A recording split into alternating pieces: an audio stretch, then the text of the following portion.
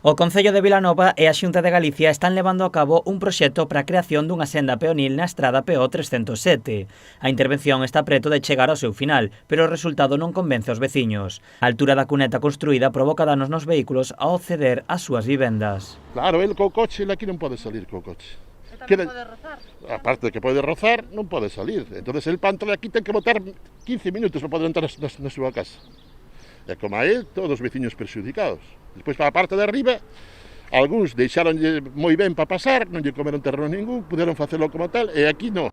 Nesta situación atópanse máis de 9 veciños que xa presentaron un escrito no Concello. Presentamos un escrito no Ayuntamento conforme nós non entramos e saímos cando antes si entrábamos e saíamos adecuadamente. Despois de pedir o noso permiso, a mí mandarme facer unha acera, chegaron aquí, picárona, levantárona e agora eu non entro nin salgo da miña casa.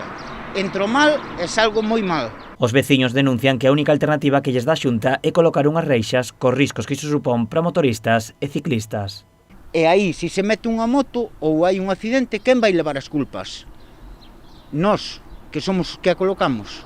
E ter que pedir outro permiso, pedir o permiso e ainda por riba pagarnos a rejilla. Eso non pode ser, porque a obra é da Xunta, non é miña.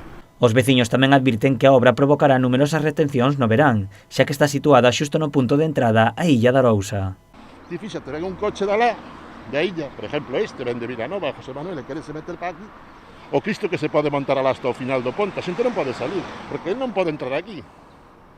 Quéralle o coche en dúas rodas. Os veciños agardan que sexa a Xunta de Galicia a que tomen medidas na zona para que poidan acceder ás súas vivendas con normalidade. A obra aínda está en execución e a previsión é que se finalice antes do verán.